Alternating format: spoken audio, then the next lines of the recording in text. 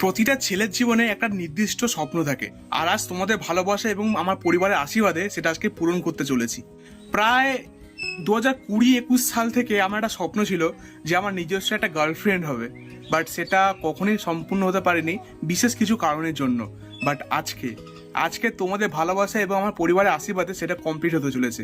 আজকে আমি যাচ্ছি আমার গার্লফ্রেন্ডের মুখটা দেখতে, মানে দেখাশোনা করতে। আমি এতটাই এক্সাইটেড যে কি বলবো, আমার মুখে ভাষা হারিয়ে ফেলছি যে আমি যাকে ভালোবাসি, যার আমি জন্য প্রতিদিন প্রতি রাত অপেক্ষা করি, প্রায় কালকে রাতে আমি ঘুমাতে পারিনি, আমি আজকে তাকে সামনে থেকে দেখতে চলেছি এবং তার সঙ্গে আজকে আমার প্রথম দেখাশোনা হচ্ছে। আমি এতটা এক্সাইটেড যে প্রথম ওকে দেখার সঙ্গে সঙ্গে আমি ওকে গলায় জড়িয়ে ধরবো কিংবা ওর ওপর চেপে বসবো। তাই আর বেশি দেরি না করে আমার সঙ্গে সবসময় পাশে থাকে, আমাকে সাপোর্ট করে আমার মাকে নিয়ে আমি বেরিয়ে পড়লাম সেইখানে তাকে আনতে। দেখো, গার্লফ্রেন্ড তো অনেক থাকে, যখন তাকে এরকম সাইডভাবে দেখি না, আলাদাভাবে একটা জেলাসি ফিল হয় যে আমার কাছে কেন নেই, আমি কেন এখনো পর্যন্ত সিঙ্গেল। যাই হোক, তোমাদের ভাই কিন্তু আর সিঙ্গেল থাকবে না। তোমার ভাই আজকে থেকে একটা গার্লফ্রেন্ড হচ্ছে, যে কিনা ভাই আমার অনেক অনেক অনেক প্রতীক্ষা করিয়েছে। যখন তাকে রাস্তায় দেখতাম না যে অন্য কারোর সঙ্গে চড়ে যাচ্ছে, মানে আলাদাই ভাই জেলাসি ফিল হতো। কি বলবো, এটা তোমাকে বলে বোঝাতে পারবো না। যদি তুমি একটা নিজের ছেলে হও, তুমি এটা রিলেট করতে পারবে যে তোমার স্বপ্নের যে গার্লফ্রেন্ড, তাকে তুমি অন্য কারোর সাথে দেখছো, আর সে আবার তারপর চেপে আছে, ভাবতে পারছো? তাই কিন্তু আমি বেশি রিস্ক না নিয়ে আমি ওর সাথে কথা কম বলে ওর গার্জেনের সাথে বেশি কথা বলেছি, কারণ ওকে আমি পার্মানেন্টভাবে আমার করতে চাই। দেখো, একজনকে ভালোবাসবো এবং তাকেই বিয়ে করব, এই জিনিসটা কিন্তু আজকালের দিনে খুবই কম। বাট আমি হচ্ছে সেই জোনের, মানে সেই লেভেলের মানুষ যে আমি একজনকে ভালোবাসবো, আমি একজনকেই নেবো।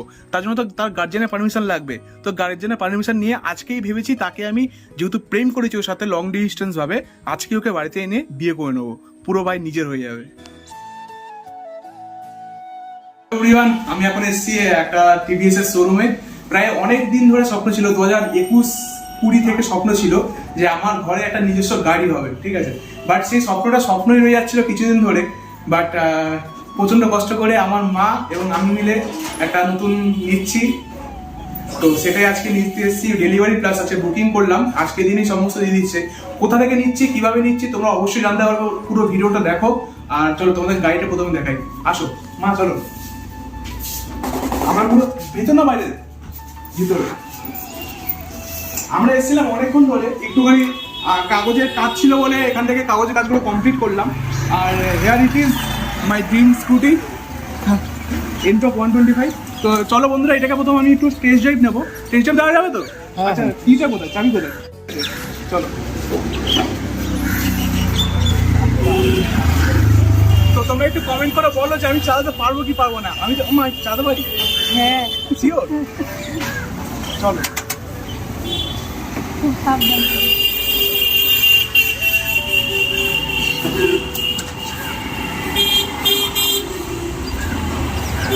স্কুটিটা লাগালাম, অন করলাম। এবার বলো কি করতে হবে। কি করে বলো, আমি তো যা কোনো শিখিনি। এবার এটা যদি অফ থাকে এরকম অন করতে হবে, দেখো এরকম এখানে অন করতে হবে। এবার বুঝলে,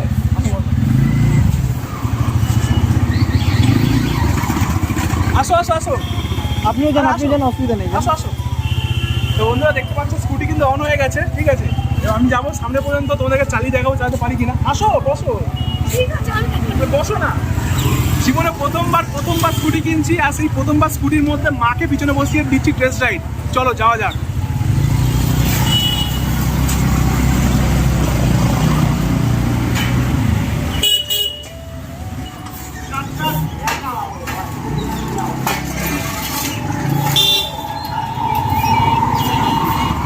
বন্ধুরা, টেস্ট রাইড কিন্তু নিয়ে নিলাম, দেখতে পাচ্ছ। গাড়ি অফ করলাম। মা কেমন লাগলো, চলে বলো, মাকে দেখো, মা কেমন লাগছে? ভালো লাগলো, খুব আনন্দ হয়েছে। আমি চালাতে পারি তো? হ্যাঁ। চলো, এবার টেস্ট রাইড তো নিয়ে নিলাম, এবার ভিতরে কাগজপত্র ফাইনাল কাজপত্র আছে, ওগুলো করি, তারপর তোমার সঙ্গে দেখা হচ্ছে। আর এখানে দেখতে পাচ্ছ স্কুটিটা, ও আলাদাই ভাই, লালপুরি। তোমার নাম ঠিক করো, কি নাম দেবো এটার মধ্যে। সত্যি কথা বলতে আমি জীবনেও ভাবতে পারিনি যে আমার নামে একটা নিজস্ব স্কুটি হবে। দেখতে পাচ্ছ এখানে কতগুলো হেলমেট রয়েছে। একটা ছেলের কাছে, একটা ইউটিউবার কাছে একটা স্বপ্ন থাকে একটা হেলমেট থাকবে যে আমাদের গ্রুপও লাগিয়ে সে মোটো ব্লগ করতে পারবে। হ্যাঁ, আমারও আছে। এই যে স্কুটি দেখতে পাচ্ছ বাইরে মোড়া আছে, এই স্কুটির কিন্তু ভাই আমার মানে ড্রিম স্কুটি। সত্যিকারে বলতে আমি ভাবতে পারিনি যে এটা আমার এখনো হবে। এই যে স্কুটিটা আমার, আমি ভাবতে পারছি না। এতগুলো বাইক রয়েছে ঠিকই, বাট আমার কিন্তু এই যে বাইকগুলো রয়েছে না, এই বাইকগুলো আমার একটা পছন্দ হচ্ছে না। হ্যাঁ, হতে পারে এগুলোর মধ্যে ফিচার্স বেশি আছে, বাট আমি এটা নেবো না। ফাইনালি তিল তিল করে জমানো টাকাগুলো আমি বারবার করে গুনে নিচ্ছিলাম, কারণ যদি একটা বেশি যায় অনেকটা পরিমাণ লস হয়ে যাবে ভাবছিলাম। যাই হোক, বারবার করে গুনে কিন্তু আমি টাকাগুলো দিয়ে দিলাম সব ওনারকে। যখন নিজের জন্য নতুন কিছু জিনিস কিনি না, তখন শেষে গিয়ে মনে হয় যে দূর কেন কিনছি, টাকাটাই ছিল ভালো ছিল। কিন্তু এটাও ঠিক যে একটা নতুন জিনিস আমার কাছে আসবে, আমার স্বপ্নের জিনিসটা। যাই হোক, এখানে কিন্তু পেপারের মধ্যে সই করে নিচ্ছিলাম। আর ভাই আমার সত্যিকারে যা আনন্দ ছিল না ভিতর কি বলবো।